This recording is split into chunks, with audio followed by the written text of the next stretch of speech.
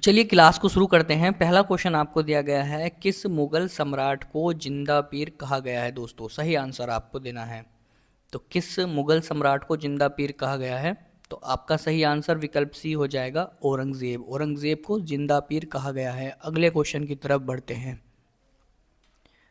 रासतरंगिणी ग्रंथ के लेखक कौन थे। तो रासतरंगिणी ग्रंथ के लेखक कौन थे, सही आंसर आपको देना है।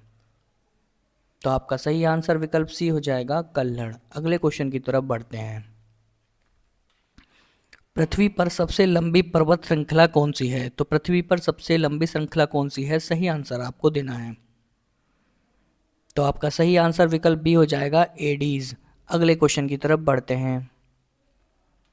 किस वर्ष भारत संयुक्त राष्ट्र यानी यूएनओ का सदस्य बना, सही आंसर आपको देना है। तो किस वर्ष भारत संयुक्त राष्ट्र यूएनओ का सदस्य बना था, तो आपका सही आंसर विकल्प ए हो जाएगा, सन 1945 में। अगले क्वेश्चन की तरफ बढ़ते हैं। विश्व का सबसे बड़ा द्वीप कौन सा है, सही आंसर आपको देना है। तो विश्व का सबसे बड़ा द्वीप ग्रीनलैंड है। सी आपका सही हो जाएगा, ग्रीनलैंड। अगले क्वेश्चन की तरफ बढ़ते हैं। किसने सर्वेंट्स ऑफ इंडियन सोसाइटी की स्थापना की, सही आंसर आपको देना है। तो सर्वेंट्स ऑफ इंडियन सोसाइटी की स्थापना गोपाल कृष्ण गोखले ने की थी। बी आपका सही हो जाएगा। अगले क्वेश्चन की तरफ बढ़ते हैं।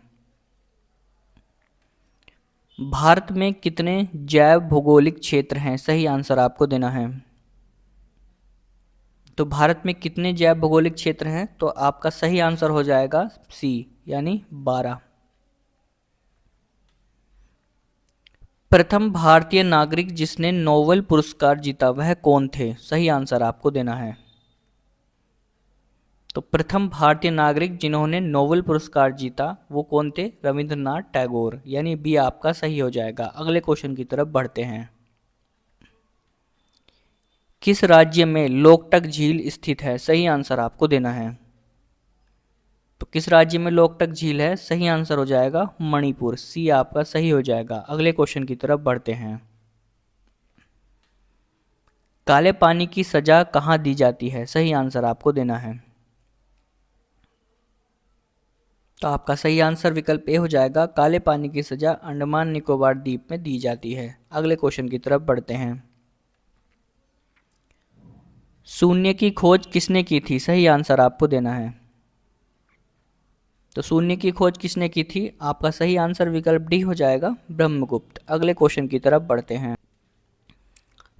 प्रसिद्ध भीमबेटका गुफाएं कहाँ स्थित है, सही आंसर आपको देना है। तो दोस्तों प्रसिद्ध भीमबेटका की गुफाएं मध्य प्रदेश में स्थित हैं। विकल्प सी आपका सही हो जाएगा। भारत छोड़ो आंदोलन किस वर्ष हुआ था, सही आंसर आपको देना है। तो भारत छोड़ो आंदोलन कब हुआ था, सन 1942 में। आपका सही आंसर सी हो जाएगा।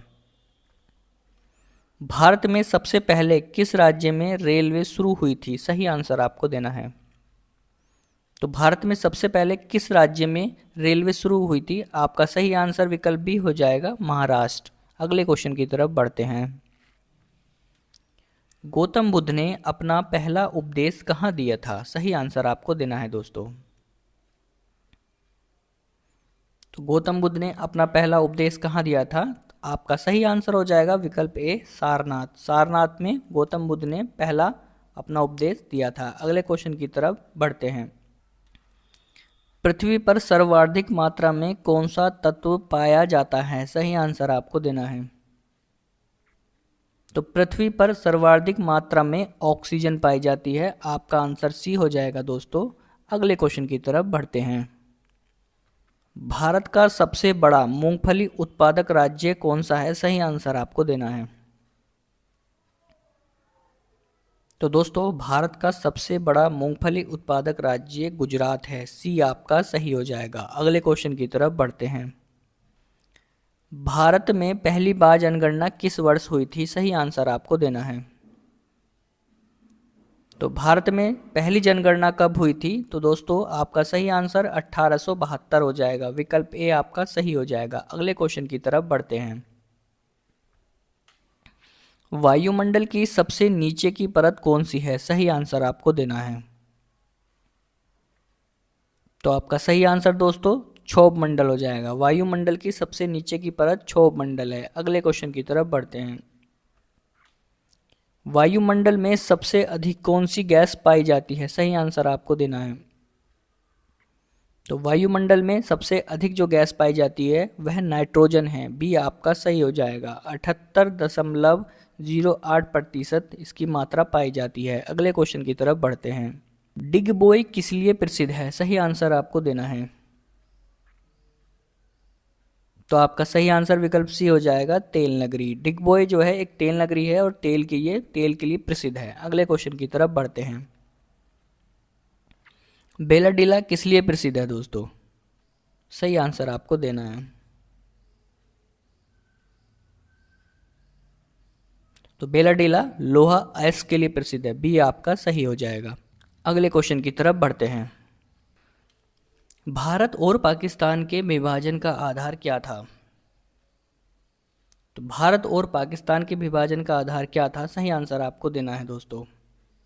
तो आपका सही आंसर विकल्प ए हो जाएगा, माउंटबेटन योजना। दोस्तों एक चीज़ ध्यान रखिएगा, इसे 3 जून प्लान भी कहा जाता है, तो दोनों ही इसमें सही हो जाएंगे। अगले क्वेश्चन की तरफ बढ़ते हैं। महलवाड़ी प्रणाली कहाँ लागू की गई थी? तो महलवाड़ी प्रणाली उत्तर प्रदेश में लागू की गई थी। सी आपका सही हो जाएगा। गोल्डन क्वाड्रिलेटरल योजना किससे संबंधित है? तो गोल्डन क्वाड्रिलेटरल योजना सड़क नेटवर्क से संबंधित है। सी आपका सही हो जाएगा। पंचायती राज व्यवस्था भारत में पहली बार कब लागू हुई थी? सही आंसर आपको देना है। तो पंचायती राज व्यवस्था भारत में सन 1959 में लागू हुई थी। बी आपका दोस्तों सही हो जाएगा। संविधान में न्याय, स्वतंत्रता और समानता शब्द कहाँ से लिया गया है? सही आंसर आपको देना है। तो संविधान में न्याय, स्वतंत्रता और समानता कहाँ से लिया गया है? रूसी संविधान से। ये आपका सही हो जाएगा। कुरुक्षेत्र महाभारत काल में किस राज्य का भाग था? सही आंसर आपको देना है। तो कुरुक्षेत्र महाभारत काल में किस राज्य का भाग था? आपका सही आंसर डी हो जाएगा, हस्तिनापुर। दांडी मार्च किस तारीख को प्रारंभ हुआ था? सही आंसर आपको देना है। दांडी मार्च किस तारीख को हुआ था? आपका सही आंसर विकल्प भी हो जाएगा, 12 मार्च 1930। अगले क्वेश्चन की तरफ बढ़ते हैं। किस चोल शासक ने श्रीलंका पर विजय प्राप्त की? सही आंसर आपको देना है। तो किस चोल शासक ने श्रीलंका पर विजय प्राप्त की? आपका सही आंसर विकल्प भी हो जाएगा, राजेंद्र चोल। अगले क्वेश्चन की तरफ बढ़ते हैं। दक्षिण भारत का मैनचेस्टर किसे कहा जाता है? सही आंसर आपको देना है। तो दक्षिण भारत का मैनचेस्टर किसे कहा जाता है? आपका सही आंसर विकल्प ए हो जाएगा, कोयम्बटूर को। दोस्तों ये हमने 30 क्वेश्चन किए हैं और सभी क्वेश्चन इंपॉर्टेंट हैं और परीक्षाओं में बार बार पूछे जाते हैं। वीडियो पसंद आए तो वीडियो को लाइक करेगा, चैनल को सब्सक्राइब करिएगा। वीडियो देखने के लिए आपका बहुत बहुत धन्यवाद।